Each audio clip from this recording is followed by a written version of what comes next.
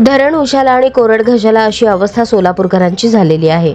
उजनी सोलापूर समांतर जलवाहिनीचे काम पूर्ण झाल्यानंतर सोलापूर शहराला पुरेसे आणि दिवस कमी होऊन पाणी पुरवठा होईल अशी आशा असतानाच आता सातत्याने पाईपलाईन फुटून सोलापूर शहराचा नियमित पाणी पुरवठा विस्कळीत होऊ लागला आहे।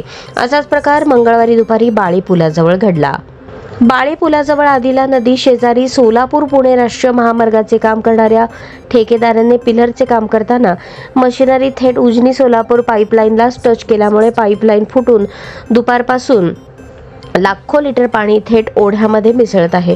सोलापूर महानगरपालिकेचे सहाय्यक अभियंता तपन टक्के आपल्या टीमसह स्पॉटवर काम करत आहेत। पाण्याचा फ्लो मोठा असल्यामुळे कामामध्ये अडचणी निर्माण होत आहेत। केवळ आणि केवळ राष्ट्रीय महामार्गाचे काम करणाऱ्या ठेकेदाराच्या चुकीमुळे सोलापूरकरांवर मात्र पाणी टंचाईचे संकट ओढवले आहे। सोलापूर शहरातील काही भागाला उद्या बुधवारी पाणी पुरवठा होणार होता, परंतु बाळेजवळ राष्ट्रीय महामार्गाच्या ठेकेदारांनी मंगळवारी दुपारी कारनामा केल्यामुळे आणि मोठी गळती स्काडा प्रणालीमुळे समजल्यामुळे आता बुधवारऐवजी गुरुवारी सोलापूरकरांना पाणी पुरवठा होणार आहे। सोलापूर महानगरपालिकेचे पाणीपुरवठा विभागाचे सहाय्यक अभियंता तपन टक्के यांनी तांत्रिक कारणास्तव आणि दुरुस्तीचे काम हाती घेण्यात येत असल्यामुळे पाणी पुरवठा आता बुधवारऐवजी गुरुवारी होणार असल्याचे परिपत्रक काढले आहे।